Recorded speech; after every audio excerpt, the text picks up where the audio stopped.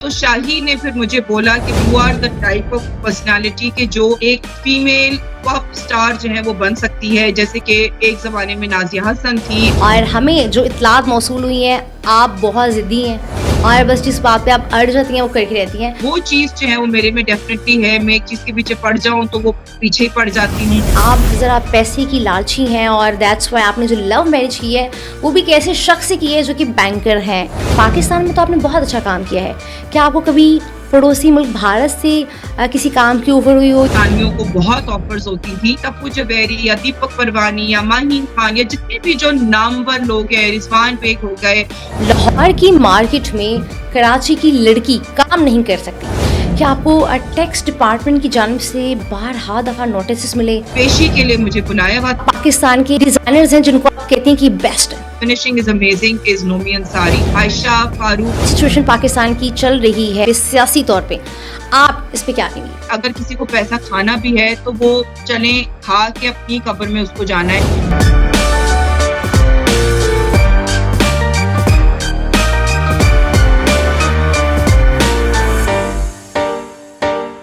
Hello everyone, you are watching front foot podcast with Khushboo Afzal. और आज के पॉडकास्ट में जो हमारी मेहमान हैं वो पाकिस्तान की मशहूर मॉडल, अदाकारा और इसके साथ साथ फैशन आइकॉन भी है। मैं बात कर रही हूँ नादिया हुसैन की। इनको वेलकम करने से पहले सबसे पहले आपसे रिक्वेस्ट है कि आपने इस वीडियो को लाइक करना है, चैनल को सब्सक्राइब करना है, ताकि आप लोग सब भी खबरें डिजिटल की फैमिली का हिस्सा बन सकें। तो वेलकम करते हैं नादिया को। Nadia, thank you so much, आपने अपना कीमती वक्त दिया। हम उम्मीद करते हैं खैरियत से होंगी। सबसे पहले तो मुझे ये बताएं कि आपके जो पेरेंट्स थे वो पीआईए में काम करते थे और आप लंदन में पैदा हुई, तो क्या फैमिली बैकग्राउंड रहा? आपके फैंस जो है वो जानना चाहते हैं। और ख़ास तौर पे बचपन में आप कैसी थी? शरारती थी, गुस्से वाली थी, किस तरह की तबीयत थी आपकी? नहीं, मैं बचपन में एक्चुअली काफी संजीदा थी। खास तौर पे जब मैं बहुत ही अपनी यंगर एज में थी तो थोड़ी सी संजीदा सी थी। फिर over a period of time जब मैं टीनेज इयर्स में आई तो फिर जो है, और बल्कि आप मुझसे लेट टीन्स में आके फिर वो शरारती वाली चीज जो है वो एक आई। लेकिन otherwise I was quite serious child और अपने कजन्स वगैरह के साथ हमेशा शुगल मेला होता था। लेकिन वैसे जो है I used to be quite, I would say like reserve. अच्छा नादी, मैं यहाँ पे डिस्कस करना चाहूँगी कि आपके स्कूल के टाइम पे आपकी जो शरारतें थी उन्होंने बहुत शोहरत पाई। क्या आप भी क्लासेस बंक किया करती थी? कोई फनी इंसिडेंट सुनाइएगा। नहीं, आई थिंक के changes I definitely. I think दोस्त चेंज हुए और एक रवैया जो है वो चीजों की तरफ चेंज हुआ। तो मैं ख्याल है कि चेंज तो इंसान में हमेशा आते ही रहता है। And at times it's a good change, at times it's a bad change, you know, like वो डिपेंड करता है आपके अपनी पर्सपेक्टिव पे कि आप किस तरीके से उस चेंज को देखते हैं और किस तरीके से उस चेंज के साथ आप कर क्या रहे हैं, यू नो। सो मुझे तो लगता है कि मेरे लिए पॉजिटिव चेंज था। हर नौजवान पढ़ाई के बाद अपने करियर को बिल्ड करने के लिए कोई प्लानिंग करता है, आपने भी यकीनन की होगी। तो मुझे ये बताएं कि आपने जब अपने करियर बिल्डिंग के हवाले से प्लानिंग की थी तो आपको कामयाबी मिली थी या फिर शोबिस में आने के लिए आपने अपनी प्लानिंग बदल ली? प्लान तो खैर बिल्कुल भी नहीं हुआ था, ना मेरा कोई इरादा था, ना कोई किसी किस्म की कोई जुस्तजू कुछ भी नहीं था, यू नो, लाइक इस फील्ड में आने की। जब मेरे पास ए लेवल्स और मेरा जो डेंटल कॉलेज है वो शुरू होने के दरमियान जो टाइम होता है, वो अप्रोक्सीमेटली 6 महीने का गैप था मेरे पास। उस गैप के दौरान जो है वो मुझे एक ऑफर मिली टू डू अ प्रोजेक्ट, जो कि एक कैंपेन थी कपड़ों की, विंटर कैंपेन थी। लिनन का जो कपड़े होते हैं लखानी सिल्क मिल्स वालों की, वो कैंपेन थी, विंटर कैंपेन। वो मुझे एक मौका मिला क्योंकि मैं भी जो हूँ वो अपने ए लेवल्स के बाद एक इंटर्नशिप कर रही थी, एक स्कूल में जॉब कर रही थी। तो मेरी दोस्त एक जो थी वो एक इसी तरीके से, यू नो, ए लेवल्स के बाद आप इंटर्नशिप्स करते हैं। तो उस जमाने में भी इंटर्नशिप्स का जमाना था और आज भी जो है वो हम ए लेवल के स्टूडेंट्स जो है वो, यू नो, ए लेवल्स के बाद इंटर्नशिप्स करते हैं। तो मेरी एक दोस्त जो थी वो एक एडवर्टाइजिंग एजेंसी में इंटर्नशिप कर रही थी, तो उसको एक प्रोजेक्ट मिला कि भाई तुम एक मॉडल ढूंढ के दो, हमें जो है वो ये कैंपेन करनी है। अब उसकी दोस्तों में मैं एक दोस्त थी जो कि लंबी और पतली और लाइक इस किस्म की थी कि जो मॉडलिंग कर सकती थी, तो she called me and she said कि अगर तुम्हें करना है तो तुम बताओ, क्योंकि मैं तो ऑलरेडी बहुत तंग आई हुई थी घर बैठे बैठे, क्योंकि जब एग्जाम्स खत्म हो गए थे 2 महीने या 1 महीना भी अगर घर बैठे हुए, तो मैं तो तंग आ गई थी घर बैठे बैठे। इस वजह से फिर मैंने जॉब भी की, मैं निकली, मैंने कहा चलो यार जॉब कर लो, थोड़े बहुत पैसे कमा लो। अब शाम में जो है वो मैं अपने दोस्तों के साथ जो भी मुझे हल्ला गुल्ला करना मैं कर सकती हूँ, लेकिन दिन दिन में एटलीस्ट कुछ करो, निकलो, कुछ जॉब कर लो, पैसे कमा लो। मेरा हमेशा से ये था ये चीज कि जी मुझे पैसे कमाने हैं। तो जब मुझे ये ऑफर मिली तो मैंने कहा हाँ बिल्कुल मैं जो हूँ वो ये करूंगी, व्हाई नॉट। उस वक्त के जमाने में भी मुझे 25,000 रुपए मिले थे, which is a good amount even today for a shoot. तो वो मैंने कैंपेन की, और वो कैंपेन के जितनी भी बिलबोर्ड्स और वो ऑल ओवर वो किताबें उन्होंने प्रिंट की थी, जो वो उनकी जो लुक बुक्स होती हैं, और फिर बिलबोर्ड्स हर तरफ प्रिंट हो गए, और वो मुझे इतना अंदाजा नहीं था कि इतना ज्यादा बड़ा कैंपेन करेंगे, which of course got me overnight like fame, क्योंकि ओवरनाइट जो है वो लाइक मैं एक स्टार बन गई, एक मॉडल, एक कोई जो कि लोग पूछ रहे थे कि ये लड़की कौन है, ये लड़की कौन है, ये लड़की कौन है। और करते करते फिर जाहिर है लोगों ने फिर मुझे कांटेक्ट किया, they got my contact somehow, they started calling me and they said कि जी अब हम चाहते हैं कि तुम फैशन शो भी करो, फिर कोई ये वाली शूट, तो वो वाली शूट। तो करते करते जितने बड़े फोटोग्राफर्स थे, डिजाइनर्स थे, उन सब ने बोला कि भी हमें तुम्हारे साथ काम करना है। तो इस तरीके से वो काम शुरू हो गया, और शुरू हुआ तो खत्म नहीं हुआ। साथ में डेंटिस्ट्री भी चल रही थी, साथ में मॉडलिंग भी चल रही थी। बड़ा वो टफ पीरियड था मेरे लिए, but I did do it. मतलब जाहिर है मुझे मजा आ रहा था, like I was very extremely busy and I was having fun, so I continue doing both things. अच्छा, मुझे ये बताइएगा कि आप एक्टिंग और मॉडलिंग की जानिब कैसे आई और स्टार्ट कहाँ से लिया, और जो आपका फर्स्ट ब्रेक था वो किस प्रोजेक्ट से लिया था आपने? So my father was very much supportive of my career because, I mean, I guess him being the breadwinner, he used to feel there is always a woman should always be empowered. तो मेरी family में कोई ऐसी सोच नहीं है जो जिसे मैं कहूँ दकियानूसी सोच जो होती है कि औरतें जो है वो काम नहीं करती हैं। मेरी फैमिली में from my father side, from my mother side, everybody has worked, all women have worked, तो कभी भी वो वाली सोच नहीं थी। तो हमेशा से मेरे फादर ने जो है वो जब मुझे ये मौका भी मिला काम करने का, या जब मैंने ए लेवल्स के बाद सोचा कि मुझे जॉब भी करनी है, तो उन्होंने कहा हाँ भाई जाओ ठीक है, अपने पैसे कमाओ, अच्छा है तुम अपने पैसे कमाओगी। क्योंकि हम लोग बार बार अब्बू को बोलते थे कि पॉकेट मनी जो है वो उसकी अमाउंट बढ़ाएं, पॉकेट मनी की अमाउंट बढ़ाएं। और बहुत हम लोग जो है ना वो मैं और मेरा भाई अपने फादर को तंग करते थे इस मामले में कि भाई पॉकेट मनी हमें बहुत कम मिलती है। मुझे तो याद भी नहीं, वैसे आई थिंक 1,000 रुपए महीना था या क्या था, but he used to say कि भाई तुम लोग सेव भी किया करो। लेकिन हम लोग कैंटीन पे फजूल खर्ची कर रहे हैं, जो भी वो चीजें कर रहे होते तो ही यूज्ड टू से कि यू शुड आल्सो सेव। लेकिन वो सेव हो नहीं पाता था बिकॉज लाइक 1,000 रुपए even at that time like 1,000 रुपए was a good amount I would say। लेकिन ये कि हम लोग फिर भी जो है वो रेस्टोरेंट्स जा रहे हैं, और कभी आइसक्रीम के लिए निकल गए दोस्तों के साथ, इस किस्म की हम लोग चीजें करते रहते थे। लाइक कभी हम लोग पे कर रहे हैं अपने दोस्तों के लिए, कभी हम सब डच जा रहे हैं, कभी कोई और हमें ट्रीट करा रहा है। तो my father was always the type who used to say कि हाँ नहीं ठीक है, लाइक कमाओ, तुम निकलो करो। Even my mother used to work, all her life she used to work। So but मेरी मदर को सिर्फ ये था कि ये जो फील्ड है, खास तौर पे जो मॉडलिंग की जो फील्ड है, she wasn't too comfortable with that because she said कि मुझे नहीं पता कि ये तुम क्या करने जा रही हो, और ये कौन लोग हैं और क्या है, किस किस्म का माहौल है, and stuff like that। she was just concerned कि ये काम तुम क्या करने जा रही हो और लोग कौन है। लेकिन जब वो आई, उन्होंने साथ में मेरे, जब मैंने ये शूट की थी तो वो साथ में आई, और उन्होंने देखा कि सब बहुत अच्छे हैं, सब बहुत मतलब अच्छे घरों से हैं, अच्छे वेल एजुकेटेड लोग हैं। तमीज़दार लोग हैं, और सुलझे हुए लोग हैं, तो उनको फिर काफ़ी तसल्ली हुई। उन्होंने कहा अच्छा हाँ, चलो ठीक है, कि तुमने अगर ये करना है, क्योंकि आई थिंक वो शूट जो थी वो 2-3 दिन में हुई, 1 दिन में तो इतना ज़्यादा करना भी मुश्किल था। 2-3 दिन में वो शूट हुई थी, जितने भी आउटफिट्स हैं मुझे याद नहीं है। लेकिन ये कि वो 2-3 दिन में जो है वो शूट हुई थी, तो वो जितना भी वो था, वो आई थिंक पहले 2 दिन आई, तीसरे दिन तक शी वाज़ लाइक अच्छा चलो ठीक है।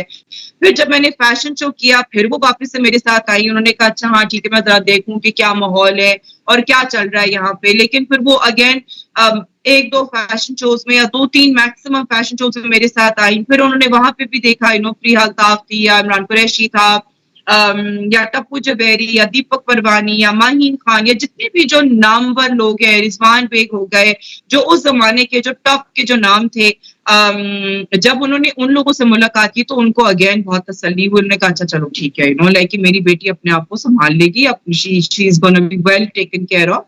सो then she wasn't to concern. पढ़ाइयों के दौरान जब मेरी डेंटिस्ट्री शुरू हो चुकी भी थी, तो सिर्फ एक ये कंडीशन थी कि भाई तुम्हारी पढ़ाइयाँ सफर नहीं होनी चाहिए। अगर तुम्हारी पढ़ाइयाँ सफर होंगी तो मैं तुम्हें जो हूँ वो कोई और काम करने की इजाजत नहीं दूंगी। So that was a very very from my mother as well as from my father side, कि पढ़ाइयाँ अफेक्ट नहीं होनी चाहिए। उसके अलावा तुमने जो भी करना है करो, बट पढ़ाइयाँ तुम्हारी मेन जो तुम्हारा करियर है, which is dentistry, वो तुम्हारी पढ़ाइयाँ अफेक्ट नहीं होनी चाहिए, So I proved that. I mean, that is something that I proved to my parents, to myself, to my college, to my friends, कि मैं दोनों चीजें इकट्ठे कर सकती हूँ। अच्छा नादिया जी, ये बताइएगा कि मीडिया में खबरें बहुत गर्दिश करती हैं कि गुलूकारा टीना सानी जो है वो आपकी सगी हाला हैं, और आपको म्यूज़िक का भी बहुत क्रेज़ है, हम सब जानते हैं। तो मुझे ये बताएं कि आपने कभी अपनी खाला को अपनी इस ख्वाहिश का इजहार किया हो कि मुझे भी म्यूज़िक बहुत पसंद है, तो मुझे सिखाएं? नहीं, एक वक्त ऐसा था कि जिसपे मैं जो वाइटल साइंस के एक बैंड मेंबर थे शहजाद, उनका नाम है Shahi, he is a very known music producer now. तो ये उस वक्त की बात है कि जब मैं खाले कि मैं अपने फाइनल ईयर में थी, और शाही से भी मेरी दोस्ती हो गई थी because of being in the field, मेरी शाही से दोस्ती हो गई थी। इस इंडस्ट्री में रहते हुए बहुत से लोगों से जब आपकी मुलाकात होती है तो फिर आपकी दोस्तियां भी हो जाती है। तो शाही ने फिर मुझे बोला कि भाई तुम जो हो वो you are the type of personality के जो एक फीमेल पॉप स्टार जो है वो बन सकती है। जैसे कि एक जमाने में नाजिया हसन थी, हम जिस वक्त मैं उस दौर में थी तो उस वक्त हदीका राइज कर रही थी to fame, but there weren't that many female pop stars, तो शाही ने मुझे बोला कि भाई तुम अपनी खाला से कुछ सीखो, और तुम जो है वो सीखने के बाद तुम जो मेरे पास आना। और शाही ने बल्कि मेरा कुछ 1-2 ऑडिशंस भी लिए थे, तो उसने कहा था कि हाँ तुम में पोटेंशियल है, लेकिन उसने ये कंडीशन मुझे दी कि भाई तुम जो है वो अपनी खाला से सीखो, रियाज व्याज करो, थोड़ी सी अपनी आवाज को और ज्यादा ट्रेन करो, और उसके बाद तुम मेरे पास वापस आना। लेकिन फॉर्चुनेटली अनफॉर्चुनेटली उन्हीं दिनों में जो है वो फिर मेरी शादी भी होने वाली थी, because I already met my husband, and और I met my husband a little after that, मुझे एग्जैक्टली याद नहीं है टाइम फ्रेम, लेकिन ये कि सून आफ्टर दैट बेसिकली मेरी शादी का सिलसिला शुरू हो गया, और वो जो बात थी वो वहीं की वहीं रह गई, तो वो फिर मैंने कभी उसको परसू नहीं किया। ये तो हमने बात की आपके पेरेंट्स के हवाले से, तो मुझे ये बताएं कि आप स्टडीज़ में कैसी थीं, और आपने कहाँ तक स्टडीज़ जो हासिल की अपनी, और कितना आपको जुनून था कि ज़िंदगी में आपने कुछ बनना है? मेरी फैमिली में जितनी भी लड़कियां हैं वो बहुत हाईली एजुकेटेड हैं। I mean they're all most of my cousins have studied from universities abroad, like from Brown University, from London School of Economics. मेरी अभी भी presently जो मेरी cousin की बेटी है, she studied from Yale. I mean ये बच्चियां जो हमारी हैं, एक मेरी cousin की बेटी वो स्टैनफोर्ड से पढ़ी हुई है। हमारी खानदान में जो बच्चियां हैं वो बहुत वेल एजुकेटेड हैं, और कभी भी एजुकेशन पे कोई भी कॉम्प्रोमाइज नहीं हुआ है। It has always been not just forced, it has always been encouraged, कि औरतों को, लड़कियों को पढ़ना बहुत जरूरी है। तो कोई भी डिस्टिंक्शन नहीं है लड़का या लड़की की पढ़ाई में, और हमारे यहाँ लड़कियां जो हैं वो हाईली एजुकेटेड है। मेरे हाथ से बहुत सीरियस बातें कर ली, अब ज़रा थोड़ी सी कुछ चुलबुली बातें करते हैं। ये बताइएगा कि हर किसी का ज़िंदगी का कोई पहला क्रश होता है, आपका भी लाजमी होगा। तो आपके फैंस जानना चाहते हैं कि आपकी ज़िंदगी का पहला क्रश कौन था, और जैसे आप एक्टिंग में आई हैं तो ऐसा कौन सा अदाकार था जिसके साथ आप काम करने के लिए बहुत ज़्यादा पैशनेट थी? पहले जो मेरे को एक्टर थे वो थे तलत हुसैन साहब, और उसी प्रोजेक्ट में फैसल रहमान एक एक्टर हैं, वो मेरे ऑपोजिट थे। लेकिन जो मेरी पहली जो आई वुड से कि शूट का जो दिन था वो तलत हुसैन साहब के साथ था। And I can't thank God enough to give me this opportunity कि मैं तलत हुसैन साहब जैसे एक इतने रिमार्केबल अनबिलीवेबल लेजेंडरी एक्टर के साथ मेरा शुरुआत हुई थी। And I was always extremely मतलब मैं हमेशा उनके ऑ में रहती थी, you know, like oh my God, मतलब वो जब मेरे करीब होते थे तो मुझे समझ नहीं आ रहा था कि मैं करूं क्या, यू नो, मैं कहाँ जाऊं। मैं I was always so nervous, and because I really used to look up to him, you know, like. और हमेशा से जब वो होते थे तो मैं, मतलब मेरी बस एक अंदर से ना एक अजीब सी फीलिंग हो रही होती थी, और उनके सामने एक्टिंग भी करना बहुत मेरे लिए मुश्किल एट टाइम्स होता था। लेकिन अगेन वही बात, he was a very very you know thorough gentleman. And थोड़ी बहुत फैमिली की भी एक वाकफियत थी, क्योंकि again being from the same field he also knew my खाला। लेकिन ये है कि वो इतनी ज्यादा बात नहीं इतनी मैटर की जितना कि मेरा एक्चुअल कॉन्फिडेंस उनके सामने एज एन एक्टर जब वो निकला, तो उन्होंने वो बात को अप्रिशिएट किया, उन्होंने वो बात को भी हमेशा एनकरेज किया। फिर Faisal Rahman again, you know, what a senior actor and what an amazing actor, such a natural actor. तो उसके साथ तो एक बॉन्डिंग सी हो गई थी, you know, because he was younger and he was, you know, more like easy to talk to. Talat Hussain साहब का एक अपना एक वो ऑरा था, जो आप उस ऑरा को आप ब्रेक नहीं कर सकते थे, यू नो। आप बस आपको उसको दूर दूर से जो है ना वो अप्रिशिएट करना होता था। लेकिन जब आप उनके सामने एक्टिंग कर रहे होते थे, of course you know he used to, आपको एक जाहिर है वो एक गिव एंड टेक तो होता है, लेकिन उनके साथ मुझे हमेशा एक वो जो फीलिंग है, you no, of being starstruck, you know, I was definitely starstruck by him. Okay, right. अच्छा नादिया, ये बताएगा कि आपका स्टार जो है वो कैप्रिकॉर्न है, और हमें जो इतलात मौसूल हुई हैं आप बहुत ज़िद्दी हैं, और बस जिस बात पे आप अड़ जाती हैं वो करके रहती हैं। तो मुझे ये बताएं कि इसकी जो रीज़न है वो क्या है? बचपन से ज़िद्दी थी या हालात ने बना दिया? नहीं, I think it is to do with my star sign. I think इस केप्रिकॉर्न्स का जो जो एनिमल है वो है एक गोट, जो माउंटेन गोट होता है। और माउंटेन गोट जो है वो मुश्किल से मुश्किल तरीन उसका पाथ होता है, लेकिन उसके बावजूद वो ढिठाई से जो है वो लगा रहता है और वो ऊंचाई तक जाता रहता है, you know, so they are not afraid. So I feel that, you know, this is something which is definitely part of my personality as well. I have a very mountain goat approach, और मुझे बड़ी खुशी होती है कि जहाँ पे जो चीज जिस चीज के बारे में मुझे स्टबर्न रहना पड़ता है, उस चीज के बारे में मैं स्टबर्न अगर रहती हूँ तो वो चीज फिर मैं अचीव भी कर लेती हूँ. So I think it's not just a matter of stubbornness, it's a matter of persuasion, you know, कि परसुएशन का एलिमेंट कितना है. वो चीज जो है वो मेरे में डेफिनेटली है. मैं एक चीज के पीछे पड़ जाऊं तो वो पीछे ही पड़ जाती हूँ, और उसको अचीव करके ही मैं जो हूँ वो सांस लेती हूँ या खुश होती हूँ. जी, बिल्कुल ठीक कहा आपने। अच्छा नादिया, जहाँ पर जब हम पब्लिक फिगर होते हैं तो जहाँ पर हमारे बहुत ज़्यादा फैंस होते हैं, हमारी फॉलोइंग होती है, वहीं पर ही नाकदीन भी होते हैं और वो हमें आड़े हाथों लेते हैं किसी भी पॉइंट पे। तो जो आपके नाकदीन हैं उन्होंने आप पर एक इल्ज़ाम लगाया है।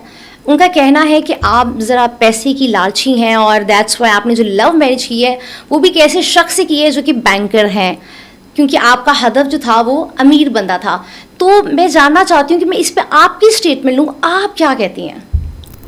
नहीं, वेल आई मीन मेरा जो इनिशियली जो एक वजह थी to invest in the stock market was because of course, you know, like जो आप पैसा कमा रहे हो, आप चाहते हो, और I was always very money oriented. हमेशा से मुझे था कि भाई पैसे को जो है वो कैसे आपको डबल करना है, या पैसे को कैसे बढ़ाना है, जो आपने कमाया है वो उसको ज़ाया नहीं करना चाहिए, वो इसको अब और आगे बढ़ाना कैसे है।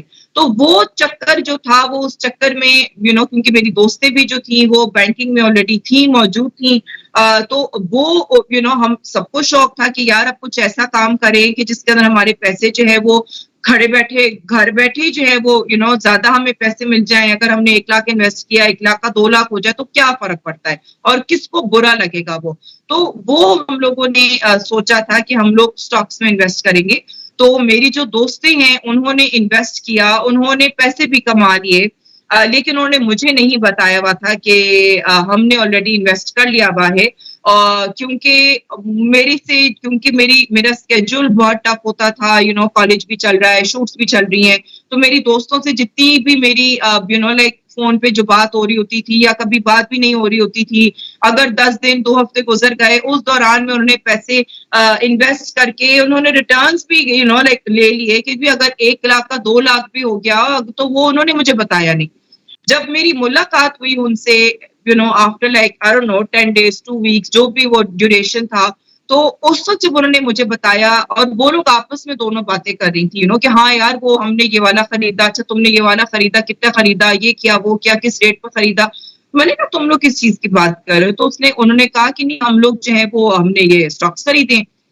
तो मुझे इतना गुस्सा आया, मैंने कहा यार कि तुम लोग कितने बेशर्म हो, हम लोगों ने सोचा था कि हम इकट्ठे ये काम करेंगे और क्योंकि हम दोस्तें हैं, हम लोग इकट्ठे ये काम करेंगे और तुम लोगों ने मुझे साइड पे करके तुम दोनों ने जो है वो अलग से करके पैसे भी कमा लिए, पैसे तुम लोगों ने डबल भी करवा लिए, जो भी तुम लोगों ने रिटर्न्स उसके लिए, और तुम लोगों ने मुझे बताया तक नहीं तो वो कहती, फिर एक मेरी दोस्त ने कहा कि अच्छा ठीक है तुम चिल करो, इतना गुस्सा मत हो, क्योंकि मैं बहुत ज्यादा नाराज हो गई थी। मैंने कहा ये तुम लोग गलत हरकत मेरे साथ कर रहे हो, तुम लोग मुझे डिच कर रहे हो। तो एक मेरी दोस्त ने कहा कि ठीक है तुम चिल करो, क्योंकि स्टॉक्स में इन्वेस्ट करने के लिए आपको अकाउंट्स खोलने पड़ते हैं with a certain stock company या जो भी है। तो उस ज़माने में जो है फिर उसने मुझे कहा कि यार एक स्टॉक ब्रोकर है, वो मैं तुम्हें मिलवा देती हूँ, उससे वो तुम्हारा अकाउंट खोल देगा, तुमने जितने पैसे इन्वेस्ट करने हैं तुम इन्वेस्ट कर लो। And that broker happened to be my husband. So yes, of course. I mean, I was definitely very money oriented, क्योंकि और मुझे तो लगता है कि everybody needs to be money oriented, be it that it's a girl or a guy.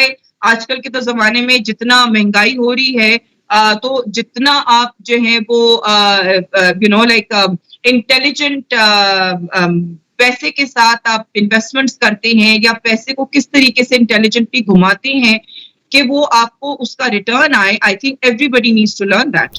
Nadia, माशाल्लाह से अगर आपका जर्नी देखा जाए, बहुत स्ट्रगल किया आपने और मास्टरपीस आप काम के हवाले से आपने पाकिस्तान में अपनी खिदमत सर अंजाम दी। फैशन आइकॉन के हवाले से भी लोग आपको जानते हैं, मॉडल के हवाले से भी आपने अदाकारी भी बड़ी ज़बरदस्त की। तो आपके फैंस ये जानना चाहते हैं कि पाकिस्तान में तो आपने बहुत अच्छा काम किया है, क्या आपको कभी पड़ोसी मुल्क भारत से किसी काम की ऑफर हुई हो या फिर किसी फॉरेन कंट्री की तरफ से? जी, मैं इंडिया 2-3 दफ़ा गई हूँ for projects. I mean fashion shows के लिए भी मैं गई हूँ, फिर एक एड कमर्शियल के लिए भी मैं गई थी। उस दौरान पे काफ़ी हम लोगों को पाकिस्तानियों को बहुत ऑफ़र्स होती थी। लेकिन अगेन वही बात है कि उस ज़माने में I was about to get married and I actually got married very soon in my career. तो जितनी भी ऑफ़र्स थी वो सारी की सारी जो है ना वो सब पानी के साथ फिर गई, क्योंकि I couldn't take up those offers because I was about to get married तो मैंने कहा हाँ यार अब देखते हैं, जब शादी के बाद अगर मुझे मौका मिलता है तो चलो देखते हैं अगर मैं कभी कर पाऊं या ना कर पाऊं so that's basically what happened. अच्छा नादिया, आपकी एक स्टेटमेंट है, आप कहती हैं कि लाहौर की मार्केट में कराची की लड़की काम नहीं कर सकती। तो आप मुझे इसके हवाले से कुछ बताएं कि आखिर आपने ऐसा क्यों कहा? क्या लाहौर की मार्केट में कोई कमी पेशी है तो वो बता दें, या कराची की लड़की में कुछ तरह की कमी पेशी जो वो माहौल में एडजस्ट नहीं कर पा रही थी, ताकि जो लड़कियां हमें देख रही हैं वो पॉडकास्ट में उनको कुछ इन्फॉर्मेशन मिले, उनके लिए कोई फ़ायदेमंद हम कोई इन्फॉर्मेशन उन तक डिलीवर कर सकें। क्योंकि वहाँ के जो फोटोग्राफर्स होते थे वो हमेशा बहुत ज्यादा एक क्लिकिश एटीट्यूड होता था कि उनको सिर्फ लाहौर की लड़कियों के साथ ही काम करना होता था, क्योंकि अगेन उस जमाने में भी लाहौर में काफी जो लड़कियां थी, इवन दो कि बहुत ज्यादा लड़कियां नहीं थी, उस जमाने में लाहौर में कम लड़कियां थी, कराची में ज्यादा लड़कियां थी। अब उल्टा हो गया, अब लाहौर में ज्यादा है, कराची में कम है। लेकिन उस जमाने में अगर आपको जितनी भी थोड़ी बहुत आपको मॉडल्स मिलती थी, एक फोटोग्राफर के क्लीक के अंडर जो भी उनको मॉडल्स मिलती थी, वो उनके साथ ही वो काम करते थे, और वो किसी और को फिर वो प्रमोट नहीं कर पाते थे, because it used to be like कि you would have to be under contract with them that. So हम लोग जो कराची की लड़कियां होती थी वो किसी के साथ कॉन्ट्रैक्ट्स नहीं करती थी। हम लोग कहते हम लोग को सबके साथ काम करना है। कराची का कोई भी फोटोग्राफर हो गया, लाहौर का कोई फोटोग्राफर, कोई फ्रीलांस हो गया, तो हम कहते थे कि जी हम जो है वो बाउंड नहीं होंगे कि जी हम कॉन्ट्रैक्ट्स करें। लेकिन वहां के जो फोटोग्राफर्स होते थे वो लोग कहते थे कि जी तुमने जो है वो हमारे अलावा मॉडल्स को भी वो लोग रिस्ट्रिक्ट करते थे कि हमारे अलावा किसी के साथ काम नहीं कर सकते हो। And it worked out for them because जैसे अगर हम अतर शहजाद का देखें, जो उनकी क्लीक में जो मॉडल्स थी वो सारी की सारी मॉडल्स बहुत ज्यादा पॉपुलर थी, and it was only because of Atar Shahzad that they got that popularity, they got that work. उनको एक्सपोजर जो है वो उन्हीं के काम के थ्रू ही जो है वो मिला। So it worked out for them, you know, I mean they didn't have to go anywhere else. हम लोग जो हैं वो इधर उधर भटक रहे होते थे एट टाइम्स। पाकिस्तान की फैशन आइकॉन है आप, तो हम ये जानना चाहते हैं कि हम भी आपसे कुछ इन्फॉर्मेशन ले लें। तो मुझे ये बताएं कि आप पाकिस्तान के ऐसे कौन से 5 डिजाइनर्स हैं जिनको आप कहते हैं कि बेस्ट हैं, उनकी नाम शेयर कर दें। राइट नाउ तो आई वुड से हर कोई जो है वो कमर्शियल काम कर रहा है, और कमर्शियल में अनफॉर्चुनेटली सिर्फ ब्राइडल रह जाता है। आई वुड से कि फैशन एज फैशन जो है वो बिल्कुल मर चुका है। हमारे डिजाइनर्स कुछ भी ऐसा क्रिएट नहीं कर रहे हैं जो कि हम कह सकते हैं कि कोई नया कोई ट्रेंड कोई आया, या कोई नई उन्होंने कोई चीज यू नो लाइक कोई तरीक कोई भी चीज जो है वो उन्होंने कुछ नया इंट्रोड्यूस किया हो, कुछ भी नहीं, क्योंकि हर कोई जो है वो सिर्फ ब्राइडल्स पे ही काम कर रहा है। एक जमाना था जिसके अंदर जो डिजाइनर्स थे वो ट्रेंड्स भी ला रहे होते थे, वो कुछ डिफरेंट कट से रिलेटेड कुछ डिफरेंट किस्म की चीजें कर रहे होते थे, जो कि एक यू नो एक आम औरत भी जो है वो उसको देख के इंस्पायर हो सकती कि हाँ यार ये चीज जो है वो मैं भी कर सकती हूँ, नो, चाहे वो अपने टेलर से ही क्यों ना बनवा ले। लेकिन अब तो हर कोई सिर्फ ब्राइडल बना रहा है। So I think that you know in those days, but even though he is a bridal designer, but I think his craft is very good. I think his fittings are fantastic. I think his finishing is amazing. Is Nomi Ansari. वो बहुत ज्यादा मुझे अच्छे लगते हैं as far as his entire work is concerned. You know, बहुत नफीस काम है, बहुत अच्छा खूबसूरत काम है, और बहुत वेल फिटिंग है, और फिनिशिंग बहुत अच्छी है, यू नो। तो ये चीजें सारी मिला के जो है वो आपको लगता है कि हाँ यार एटलीस्ट काम देख के उनको आपकी खुशी होती है कि यार इतना अच्छा खूबसूरत काम है, फिनिशिंग बहुत अच्छी है। But as far as designs and cuts are concerned, you know, I feel that there is again she is a friend of mine, Ayesha Farooq, Bengali उनका नाम है। शी इज अ मतलब वो डिजाइनर है जो कि बहुत ज्यादा आउट इन दी ओपन वाली डिजाइनर नहीं है, लेकिन अगर आप उनको सर्च भी करेंगे तो उनका डेफिनेटली बहुत सी चीजें आ जाएंगी। आई लव हर कट्स क्योंकि वो बहुत वेयरेबल किस्म के कपड़े हैं। आप उसको लंच पे भी पहन सकते हैं, डिनर पे भी पहन सकते हैं, किसी शादी पे भी पहन सकते हैं। हर कोई तो ब्राइडल कपड़े नहीं पहनता है, you know. So that's something that I really like about her as a designer.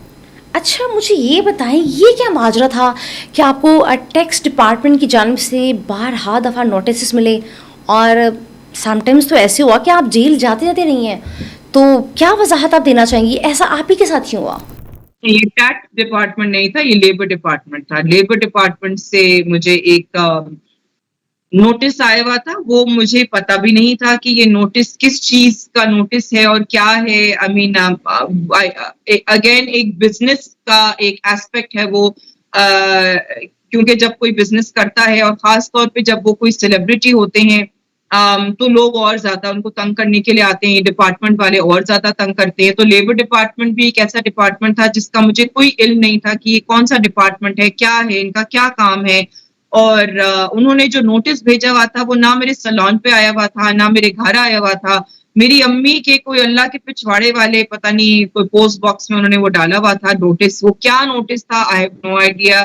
basically it was just to register with the labor department, and what the labor department does I have no idea. Even till today I have no idea what they do. लेकिन वो registration supposedly उनके साथ करना जरूरी था, जो कि मुझे नहीं पता था, तो उनकी तरफ से एक नोटिस आया हुआ था जिसमें उन्होंने पेशी के लिए मुझे बुलाया हुआ था कि जी आपको पूछने के लिए कि जी आपने रजिस्टर क्यों नहीं किया। तो वो पेशी कोर्ट में थी। अब जब आप कोर्ट का कंटेम्प्ट करते हो कि आप कोर्ट में एक दफा बुलाया आप नहीं गए, 2 दफा बुलाया आप नहीं गए, 3 दफा बुलाया आप नहीं गए, तो वो कंटेम्प्ट ऑफ कोर्ट हो जाता है। वो मुझे नहीं पता था कि मुझे बुलाया हुआ भी, क्योंकि वो नोटिस मेरे कहीं पे भी, मेरे नजदीक भी, तरीन तर भी वो मेरे कहीं भी आंखों के सामने से भी नहीं गुजरे थे नोटिस, क्योंकि वो मेरी अम्मी के उस पोस्ट बॉक्स में जा रहे थे जो कि हम कभी इस्तेमाल भी नहीं करते हैं। हमें पता भी नहीं था कि वो पोस्ट बॉक्स एग्जिस्ट भी करता है।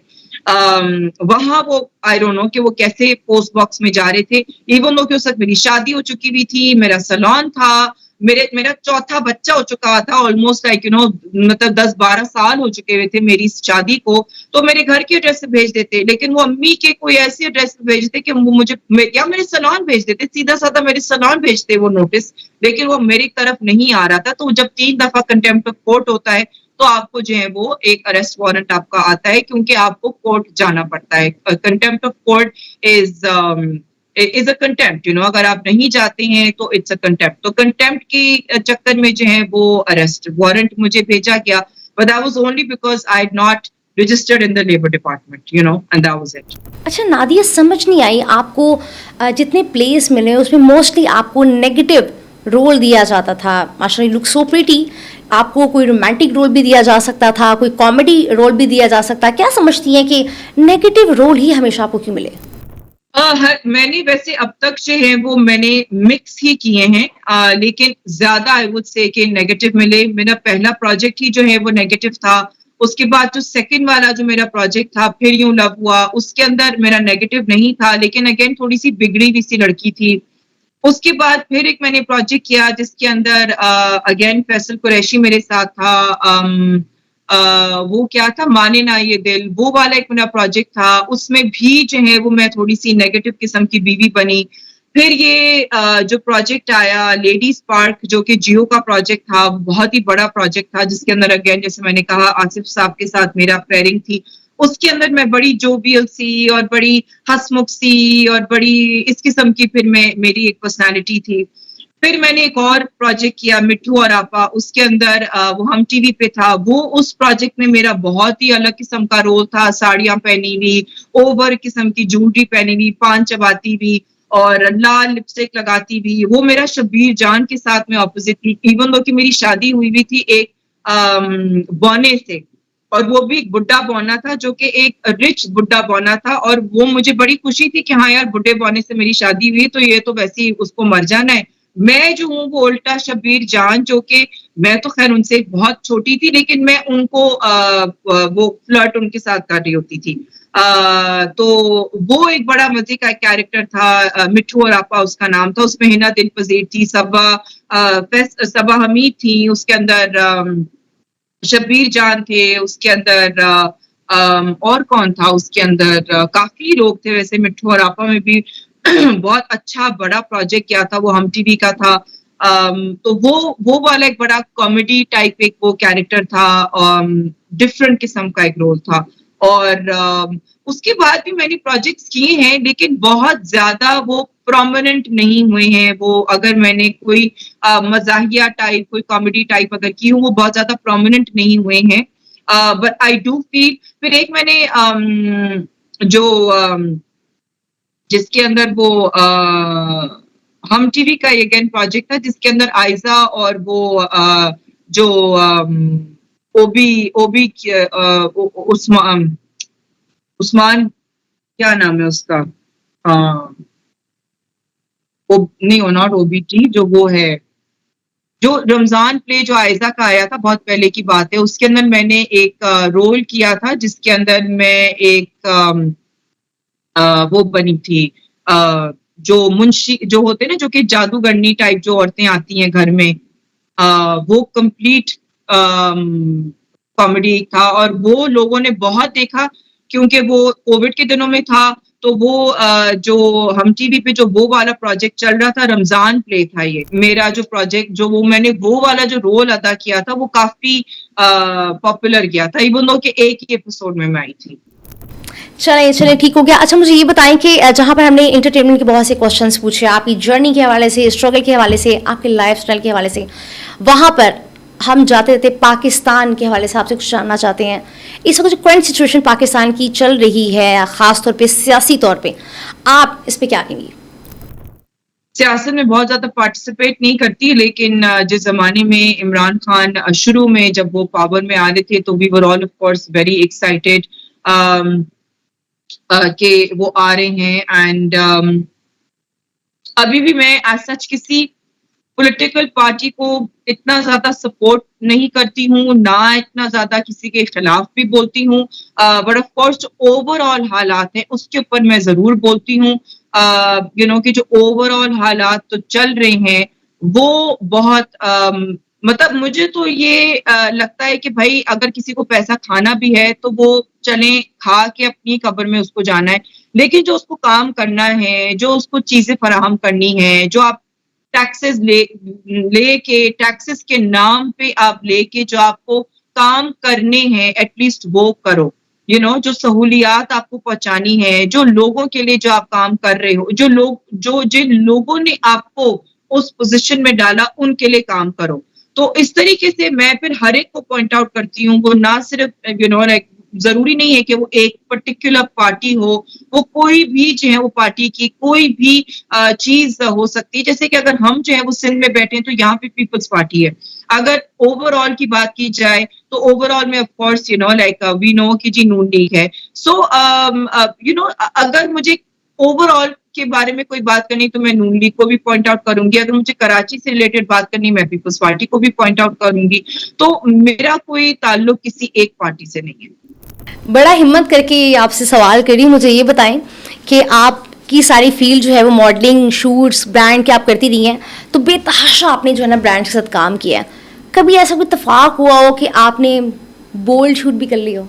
नहीं, एक हमेशा से एक सर्टेन लिमिट होती थी कि where I would not want to cross that limit, and I say कि हाँ यार अगर कोई टांगे दिखानी है तो एक सर्टेन लेवल तक, अबव नीज टांगे मैं नहीं दिखाऊंगी। अगर मुझे क्लीवेज मैं नहीं कभी भी दिखाती थी। अगर मुझे लो बैक वाली कोई चीज होती थी तो ठीक है, जितना मैं अपनी नॉर्मल लाइफ में भी अगर मैं कहीं जा रही हूँ, किसी पार्टी पे, किसी इवेंट पे, किसी प्राइवेट फंक्शन पे अगर मैं जा रही हूँ और अगर उस किस्म के कपड़े मैंने पहने हुए हैं, कोई बैकलेस हो गया, कोई हॉल्टर हो गया, तो उस किस्म का अगर मुझे शूट में भी पहनना है तो वो मैं पहन सकती हूँ, लेकिन not beyond what I would ever wear even in my not daily life, लेकिन अगर मुझे कहीं जाना है, किसी पार्टी में जाना है या किसी दोस्त के किसी ऐसे फंक्शन में जाना है तो वो अगर मैं पहनूंगी तो वो मैं डेफिनेटली उसी हद तक जो है वो मैं शूट वाले कपड़े भी पहनती थी, लेकिन उससे बढ़कर नहीं पहनती थी। नादिया, हर घर में लड़ाई होती है और माशाल्लाह से कोई 20 साल आपकी शादी को हो गए हैं, ज़ाहिर सी बात है कि आपकी भी लड़ाई होती होगी। तो जो आपके फैंस हैं वो चाहते हैं कि जहाँ पर आप ब्यूटी टिप्स शेयर कर रही होती हैं, अपने वीलॉग्स शेयर कर रही होती हैं, अपनी मॉडलिंग की तस्वीरें शेयर कर रही होती हैं, तो वो जानते हैं कि अपने लाइफ पार्टनर के साथ आपकी हल्की आंच पर जो छोटी छोटी नोक झोंक हुई है वो तो ज़रा शेयर करें हमारे साथ। शादी का एक्सपीरियंस माशाल्लाह बहुत अच्छा रहा है। It's always been extremely, we have always had a very friendly relationship, and I think that is extremely important. Friendly relationship जो है वो बहुत जरूरी है। आप एक दूसरे के दोस्त रहें, एक दूसरे को ह्यूमर जो है वो बहुत जरूरी है इन अ रिलेशनशिप।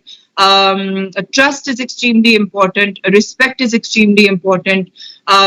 ये सारी चीजें जो है वो होती हैं, लेकिन आई वुड से कि सबसे पहले जो है what matters is to be a friend. Thank you so much Nadia, यकीन करें कि आज के पॉडकास्ट में आपसे बात करके बहुत मज़ा आया। Once again thank you so much for your time.